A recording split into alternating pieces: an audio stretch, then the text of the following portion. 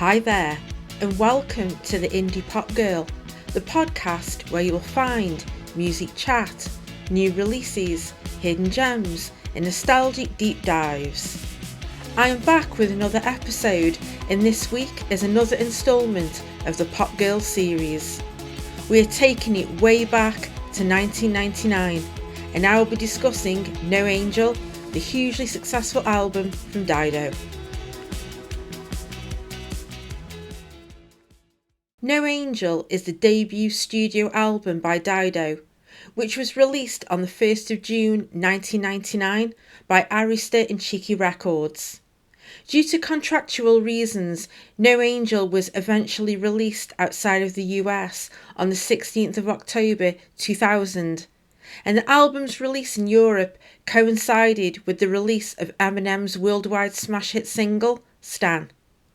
The song, which samples the first verse of Thank You, catapulted Dido to global prominence, and together with her appearance in the Stan video, accelerated the sales of No Angel after a slow start in the UK and US.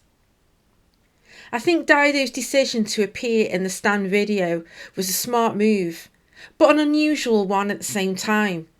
It was unusual to have a sampled artist appear in a video, but her role as the pregnant girlfriend who eventually faces her tragic fate in the Stan storyline was a powerful statement.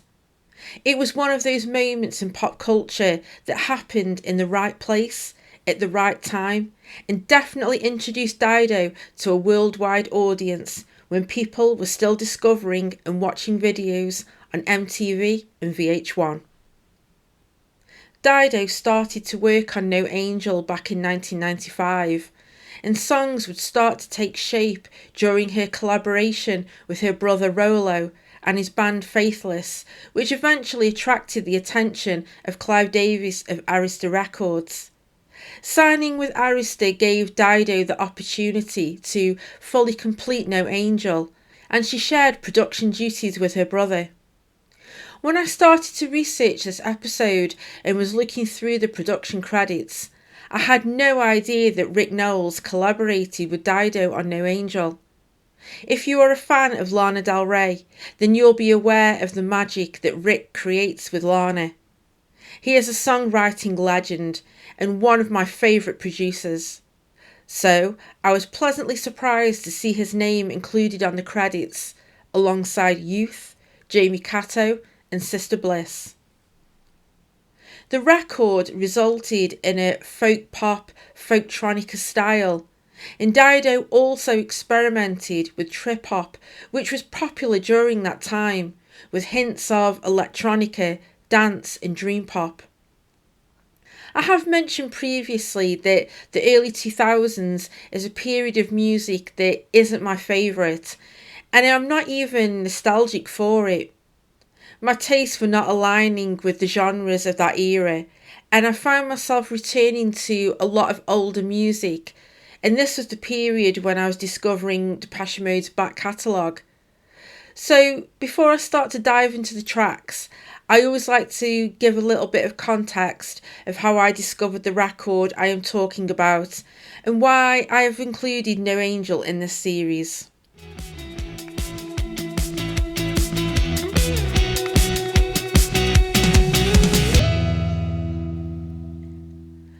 I am not sure if you would agree, but I think the production on No Angel is very forward thinking.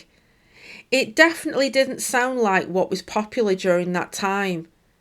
I think the record that comes the closest to belonging with No Angel in the same universe is Madonna's Ray of Light. Released a few years earlier, this was the beginning of Madonna's experimental phase, and would continue this further with her music record released in 2000.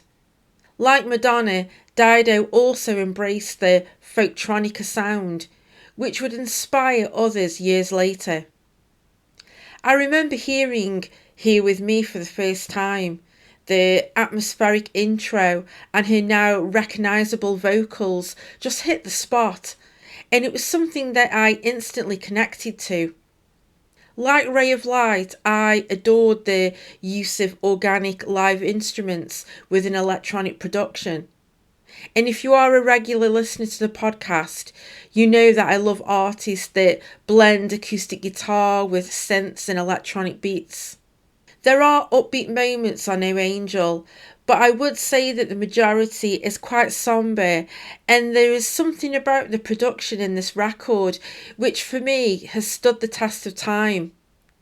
It was hugely successful for a reason. It spoke to a lot of people who, like me, was craving intelligent, introspective pop music with forward production. I have seen some criticism about Dido, especially at the time for No Angel being released. She's too sad, too boring, not upbeat enough. But listening to No Angel again in 2025 is a total joy. The criticism is turned into inspiration, and as we approach the 2010s into present day, there was a shift in how pop music was being presented, especially by female artists. Pop music started to emerge into alternative pop, art pop, folk pop, glitchy pop, and hyper pop with artists such as Lorde, Grimes, Charlie XCX, Caroline Polachek, Wise Blood, Billie Eilish, Lana Del Rey, Angel Olsen, Addison Rae, etc. And I am not saying that Dido inspired all of the above that I have just mentioned, but Dido was there first, and when you listen to No Angel now, you can hear how pop music has evolved over the years. I have to credit Caroline Polachek for introducing Dido to a modern audience in 2023 when she was featured on Caroline's Desire I Want to Turn Into You record. I hope there will be a Dido resurgence at some point and that people will discover her work. I have included Dido as part of my series, as you could say she is the leader of the pack. And like Madonna, she was turning pop into something with substance during a period of music in the early 2000s where I feel it was lacking. She stood on her own, her talent, being involved in the songwriting process, the production, and her recognisable vocals. No Angel was fresh in 2000 and sounds even better in 2025.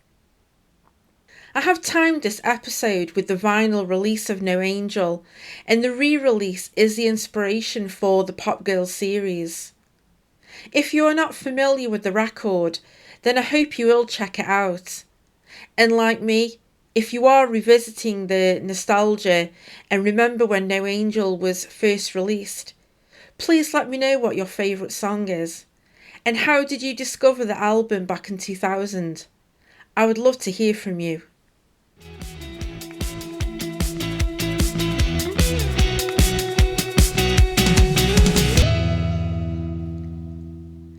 As I have mentioned in previous episodes, I will not be playing clips of the songs, so if you are curious, then please support the artists I cover by streaming, downloading, or buying physical copies. Thank you. Track 1, Here With Me. As the opener to No Angel and Dido's debut single, Here With Me sets the tone for the whole record. Musically, the track blends folktronica textures with a lush cinematic production style. The gentle electronics, warm synth pads and understated strings create a dreamlike atmosphere. Rick Knowles, best known for his work with artists like Madonna, Stevie Nicks and later Lana Del Rey, co-produced the track, and his fingerprints are clear.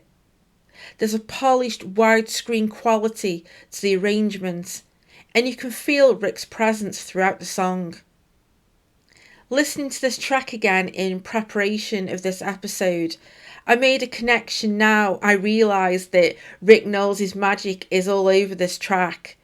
Sonically, Here With Me recalls Madonna's The Power of Goodbye, which Knowles also co-produced just slightly earlier. Both songs share that blend of electronic pulse and orchestral sweep, but both tracks share melancholic elements. In Dido's case, though, her restrained, almost conversational vocal gives the track a different kind of pull. It feels deeply personal while still floating in that glossy late 90s, early 2000s pop atmosphere. But it doesn't feel tired or dated. And I could imagine Caroline Polachek doing a killer cover of this song. I think that would be wonderful. This would not sound out of place if it was released now, and it's all down to the production. It's timeless, a pop classic, and is the beginning of Dido's distinct sound. Track 2, Hunter. Hunter follows the opener with a cooler, more self-assured mood. Lyrically, it's about carving out independence within a relationship that doesn't sound healthy in the lyrics.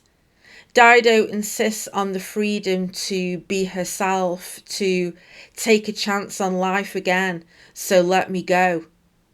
The central image of being a hunter captures her desire to reclaim her independence and self-direction. Musically, the track leans into trip-hop and down-tempo textures with a steady beat, atmospheric guitar touches, and subtle electronic layering. The production feels sleek but understated, keeping the spotlight on Dido's calm, almost detached vocal delivery. There's an acoustic guitar blended with cello in the production, live drums, and Dido's haunting background vocals to add texture. As one of the album's singles, Hunter showed another side of No Angel, less vulnerable than Here With Me, but still deeply introspective. It reinforced Dido's reputation for blending intimacy with sophistication, combining personal lyrics, blending live instrumentation, and letting her vocals be the star of the show. Dido's vocals are mixed up front and the instrumentation backs her up. Again, this sounds completely timeless and fresh. I had not heard this in ages, so it was really great to revisit this song in preparation for this episode. Track 3, Don't Think of Me. Don't Think of Me is one of the album's sharper, more direct moments. Lyrically, it deals with the aftermath of a breakup, not just the hurt, but also the sting of being replaced. Dido addresses an ex who has moved on quickly, making it clear she won't be waiting around in the background. There's a bite to the delivery that contrasts with some of the record's softer, more vulnerable songs. There is definitely some bitterness in the song. It's still very much in line with No Angel's moody, down-tempo atmosphere, but here the production leans on crisp beats, acoustic guitar and layered harmonies. The electronic elements are replaced with full strings and live drums, and the tone feels more pointed and confrontational. Dido's vocal performance balances emotion with restraint, firm without ever losing its calm conversational quality. The track broadens the emotional palette of the album, and Dido displays her range in this track, which matches the bitterness in the lyrics. I love her lyrics in the bridge. I think a lot of people would be able to relate to the message of this song if you have been cheated on or experienced a toxic breakup. Dido sings in the bridge, "Does it bother you now all the mess I made?" which could imply that she left the house in a mess when she left, or the fact that she heard that the new lover has cheated on her ex's best friend, which was referenced in verse 3. And possibly Dido has done some shit stirring and created some mess for her ex to clean up. It's a clever play on words. She follows this up with, "Does it bother you now, the clothes you told me not to wear?" That is a definite red flag, and I always wondered if the ex carried on this controlling behaviour with the new lover. But I love how Dido's vocals become more passionate as the song progresses. And the track is all about the build to the outro. And when it comes in, it's so satisfying. Dido's regret and grief is displayed in her spoken word outro, and her vocals are quite distant. You can pick up certain words here and there, but I think it's mixed deliberately as a metaphor of the relationship dying out, and by the end of the song, Dido has drifted well apart from her ex. Track 4, My Lover's Gone. Oh, this song, fucking wow. This track completely floored me back in 2000. My Lover's Gone strips things back to their bare bones, standing out as one of the most haunting tracks on No Angel. Lyrically, it's an unflinching meditation on loss. Not just a breakup, but the sense of complete absence when someone you love has left. It could also be suggested that the lover has passed away, but my interpretation of the song and within the flow of the album, I think it works as a metaphor for a lover who has moved on, someone emotionally unreachable. The imagery of oceans and ships simply intensifies the emotional distance. My Lover's Gone flows naturally from Don't Think of Me, moving from the bitterness of being replaced in the quieter resignation of loss. And that makes a lot of sense to me. It creates a narrative arc within the album. First, the anger at being left behind, then the acceptance that the person is truly gone from her life. The lover's boots gone from the door, leaving at dawn, suggests to me that the lover is absent and has finally moved on. Dido's vocals and her cadence in the stripped back intro immediately evoke the feel of an Irish folk song, the kind of melody that could have been passed down through generations. There is something about her vocal delivery that is so unique at the time. The atmosphere is strikingly dark and mournful, almost Clannad-esque, with the same ethereal weight you'd associate with traditional Gaelic laments. What makes it even more powerful is how unexpected it was in the pop landscape of 2000. While much of mainstream music at the time leaned heavily on glossy R&B, polished boy band pop, or electronic dance, My Lover's Gone offered something completely different. A stark, minimal ballad that sounded rooted in history rather than chasing trends. How the track builds is just so satisfying. The instrumental just breathes, and the production of this is just so clean and crisp. Musically, the track is almost skeletal. Gone are the electronic textures and layered arrangements heard elsewhere on the album. Instead, it's carried by a stark acoustic guitar and minimal instrumentation, letting the raw emotion sit front and centre. Dido's voice is hushed and intimate, as though she's singing directly into the listener's ear, with a fragility that underlines the song's theme of abandonment. It is absolutely stunning, and I can't wait to experience this track on vinyl. Track 5, All You Want. I had not heard this song in a long time before I started to prepare for this episode. And this track feels like the next step in the story that began with Don't Think of Me and My Lover's Gone.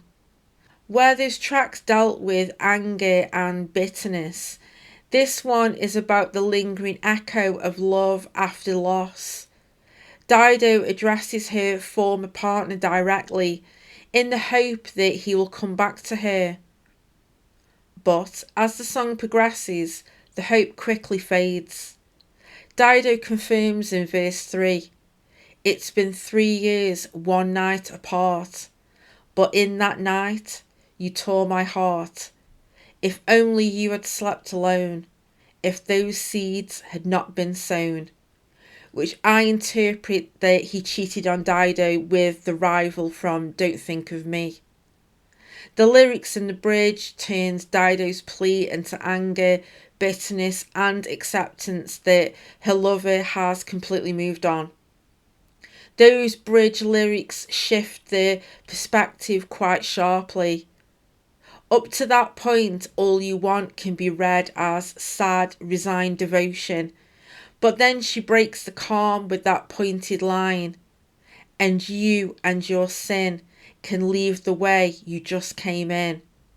By addressing the other woman as sin, Dido frames the rival not just as competition, but as the cause of betrayal. It's a subtle but loaded word choice, carrying moral judgment as well as personal hurt. That detail ties directly back to Don't Think of Me, where she sang with defiance about being replaced. Here the anger isn't up front, it's buried under layers of melancholy, but in the bridge it surfaces and the cheating context becomes clearer.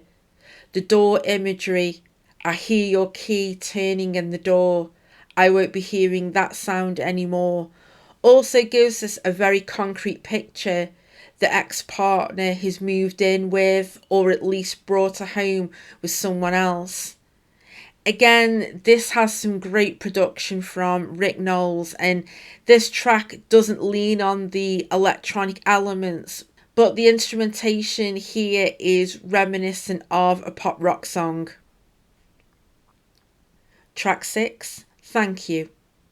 Thank You is probably the most recognisable track from No Angel, thanks to its later life as a sample in Eminem's Stan and its heavy radio rotation when it was released as a single. I'll be honest, at the time I went through a period of fatigue with it. It felt overplayed, and I often gravitated to the other songs on the record that struck me as more interesting or emotionally raw. But hearing it now within the flow of the album, it takes on a different light. After the trio of darker, heavier songs, Thank You almost feels like a breath of fresh air. Its lyrics still touch on everyday struggles, but instead of focusing on loss, they celebrate gratitude for the grounding presence of love. There's a warmth and optimism here that gently lifts the mood of the record without breaking its intimacy. Musically, it's one of the most straightforwardly melodic songs on the album, built around piano, acoustic guitar, trip-hop beats and layered harmonies. It has a easy, flowing quality that makes it instantly accessible. Dido's delivery is lighter too, tender and understated, but carrying a note of quiet joy that contrasts beautifully with the more sorrowful tracks before it. Placed here in the sequence, Thank You works almost like a reset. It reminds the listener that even within an album steeped in longing and loss, there are moments of hope and comfort.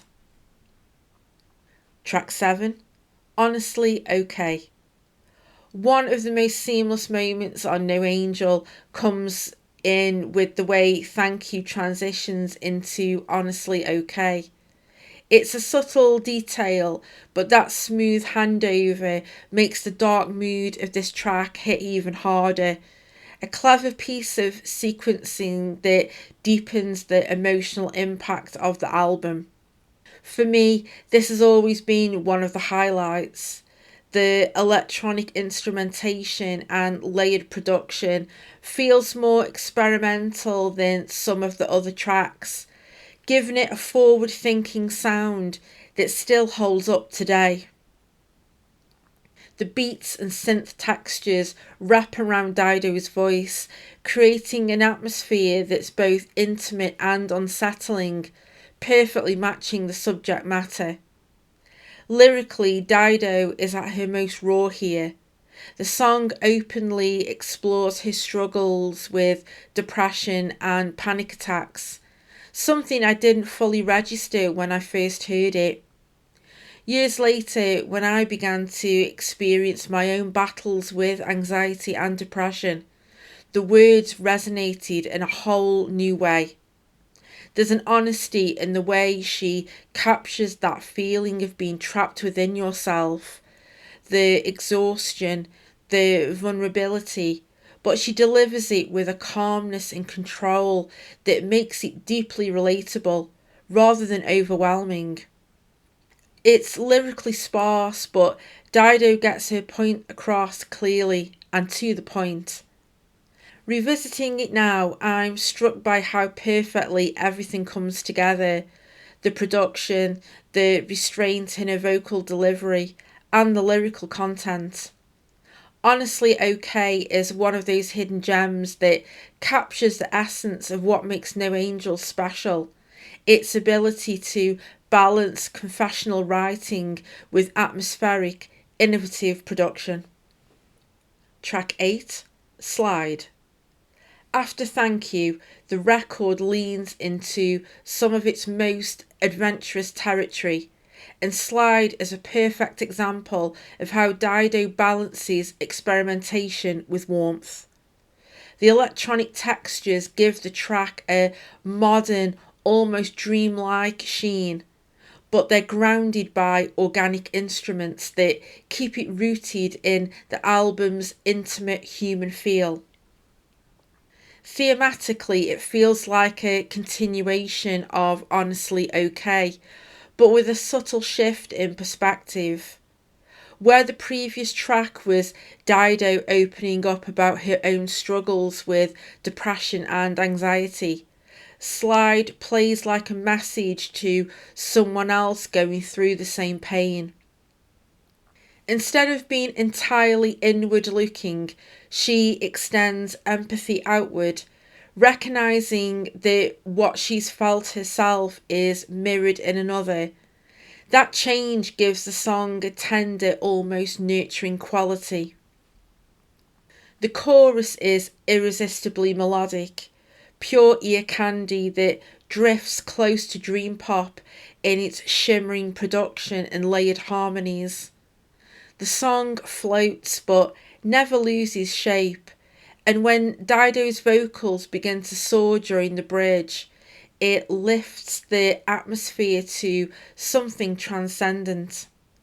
It's one of those moments where her understated style suddenly blooms into something bigger, and it's breathtaking. Listening back now, Slide feels like one of the album's most underrated gems. It deepens the emotional exploration of No Angel while also showing Dido's willingness to push the production into new, more ethereal territory. I love the lines in verse 3. Dido sings, "Think that pain belongs to you, but it's happened to us all." You just don't know what people are going through. They might be smiley and happy on the outside, but they could be suffering in pain on the inside. If you are listening and are struggling, I hope you manage to find some comfort in the podcast and with music. It's really important to me that This podcast is a happy, positive space, and I'm so grateful that I can share the music that has helped me, and I hope it can help you too. Track 9, Isabel. This track is another clear standout on No Angel, and easily one of my personal favourites. One of the things I love about this record is the way Dido lets his songs breathe. The intros and outros are never rushed, giving each track space to progress at its own pace. In today's world of TikTok edits and 2-minute singles, it feels refreshing to revisit an album that takes its time and allows the music to really sink in. Everything about Isabel feels alive. Dido's vocals are beautifully controlled, yet full of feeling, and the production strikes a perfect balance between organic instrumentation and electronic flourishes. The instrumental break is, for me, the high point of the whole record. Live drums drive the song forward, an electric guitar cuts through with texture and grit, and unexpected touches like what sounds very much like a harmonica drift in and out of the mix.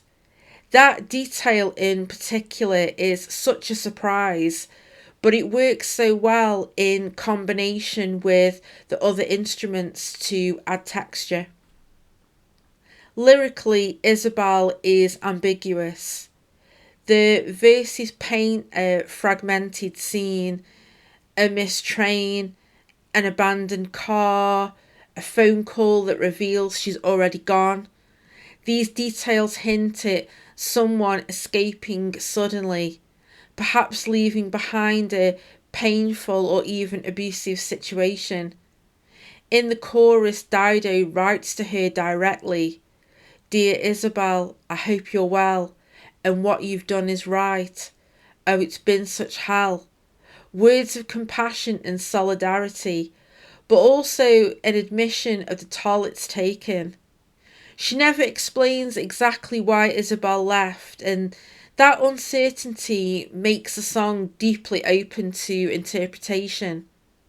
It could be read as a story of escape, loss, or even survival, but at its heart, it's a message of empathy and hope that she is safe.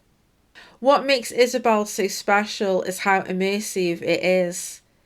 It's not just a song, it feels like a world you step into, carried along by its hypnotic rhythm and the richness of its instrumentation. Alongside Dido's evocative vocal performance, it becomes one of the most fully realised pieces in her catalogue. For me, it stands as one of the very best songs she's ever recorded. Track 10, I'm No Angel.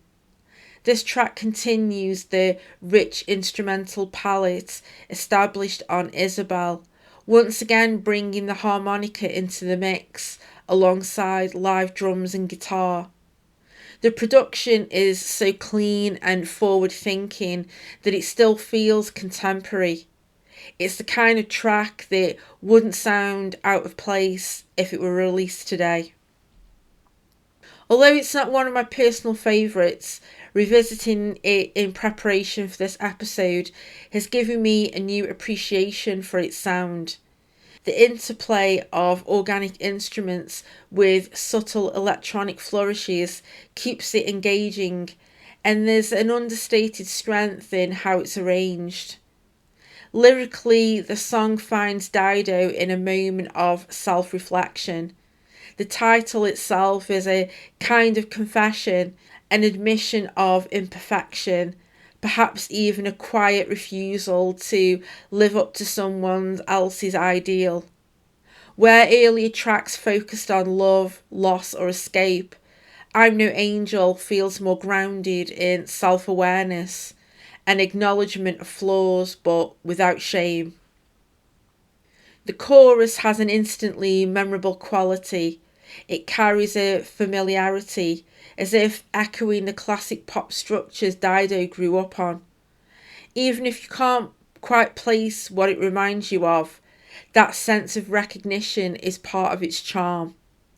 Hearing it now, I'm No Angel may not stand as tall as the album's highlights, but it adds depth to the track list, showing another facet of Dido's songwriting and her knack for crafting music that feels timeless.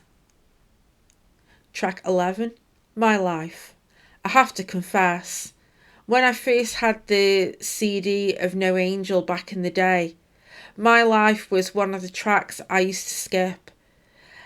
I think I was naturally drawn to the fuller productions and the more immediate singles, and this one felt too understated at the time. But listening back now, I honestly don't know what I was thinking. It's a beautifully crafted closer, and I was mad to ever press that skip button. The track has a laid back, almost jazzy feel that makes it stand out.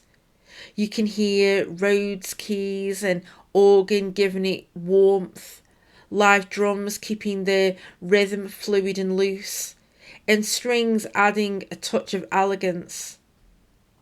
The instrumentation is subtle but layered, and together it creates a reflective late night atmosphere that works perfectly at this stage in the record.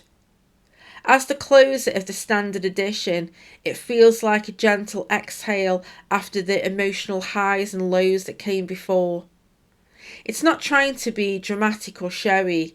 Instead, it winds things down in a way that's intimate and self-assured, leaving you with the sense that Dido has said everything she needed to say. But of course, on some editions, it doesn't quite end here. There's a bonus track still to come, a song that feels like her true faithless moment, and one that sends the album home in an even bigger way. Track 12, Take My Hand. What a bop. What a fucking banger this is. I've always had such a soft spot for this track, and revisiting it now just confirms why. Take My Hand feels like the true grand finale of No Angel, a bonus track that doesn't play like an afterthought, but like the euphoric send-off the album has been quietly building towards. The production here is next level. I love how it doesn't rush. Instead, it builds gradually, shifting through different phases and directions without ever losing momentum.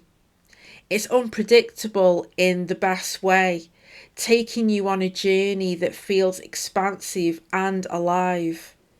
You can absolutely feel the faithless DNA in the piano and synths, with Sister Bliss's influence shining through, but Dido makes it her own. The addition of strings is unexpected, yet they fit seamlessly, lifting the atmosphere even higher. The instrumental break is breathtaking. The drums hit harder, the arrangement opens up, and then that acoustic guitar drops in, and every single time it absolutely blows me away. It's a moment of pure release, and it feels like the whole record finally letting go. What I love most is how fresh it still sounds. It hasn't aged or dated in the slightest.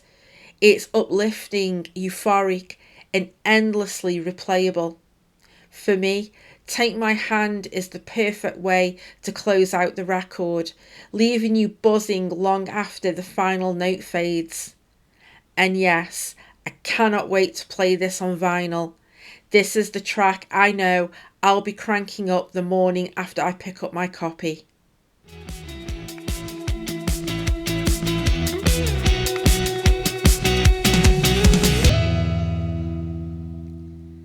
Looking back, No Angel didn't just make Dido a star, It shifted the direction of mainstream pop at the turn of the millennium.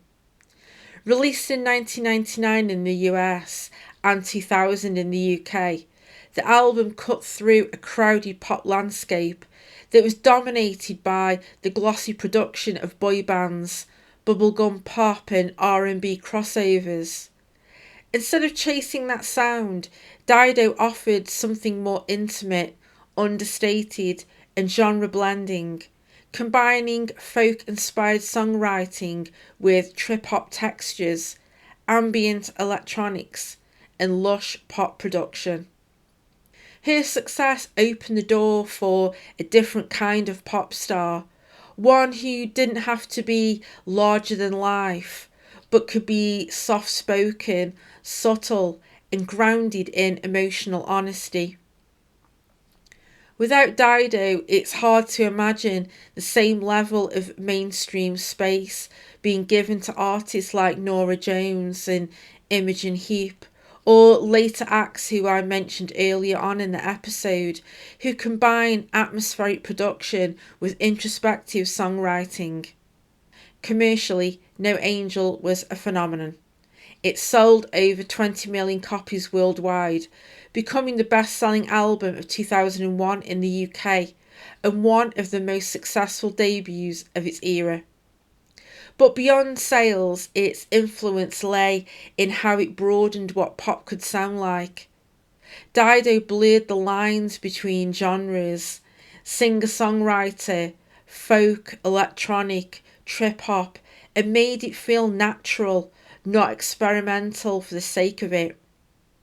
She also became part of cultural history through Stan. When Eminem sampled Thank You, it not only gave the song new life, but cemented Dido as a voice associated with vulnerability and truth, even in the context of a hard-edged rap narrative.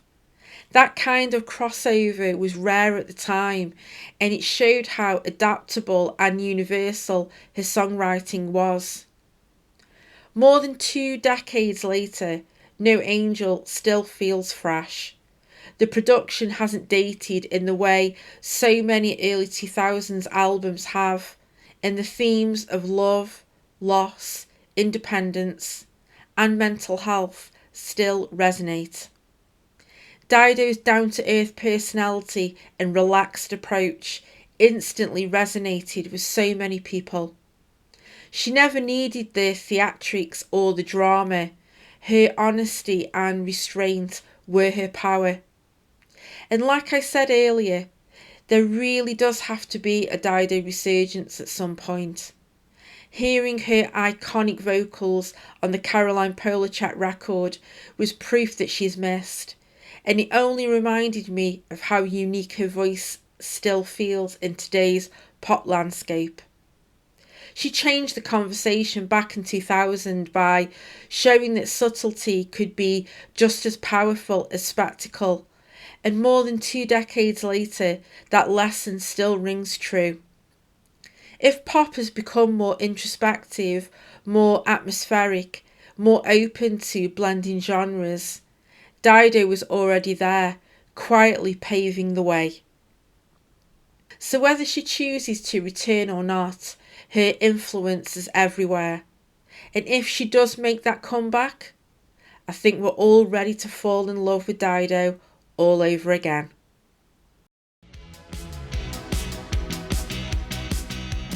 Thank you so much for tuning in to this episode. Please follow me on Instagram, Facebook and Threads at The Indie Pop Girl. If you've enjoyed this episode, I'd love it if you could follow and share, as it helps other music lovers to find the show. I am also on YouTube. You can find me at The Indie Pop Girl Podcast, and I'd be grateful if you could like and subscribe, as I'm creating content, shorts and posting teasers for upcoming episodes. I've recently made the brave move to join TikTok, and I'm working hard to create some good content for you. You can find me on TikTok at The Indie Pop Girl Podcast if you want to give me a follow. There is a public Spotify playlist available, and I've added some of my favourite tracks from the artists and records covered on the podcast. This will be updated as the episodes drop, so if you are curious with any of the artists and albums that I have covered, please give it a listen, and who knows, you might find a new discovery. You can find me on Spotify at The Indie Pop Girl, and the playlist is called Favourite Tracks from Podcast Episodes. I'll be back very soon with the next instalment in the Pop Girl series, and the record I have chosen is my AOTY from 2023, which ties in nicely following on from this episode as the album features Dido. I've already sprinkled clues into this episode and I can't wait to talk about it, so I hope you can join me. Until then, I'm Rachel, the Indie Pop Girl. Thanks for listening, and I'll see you next time.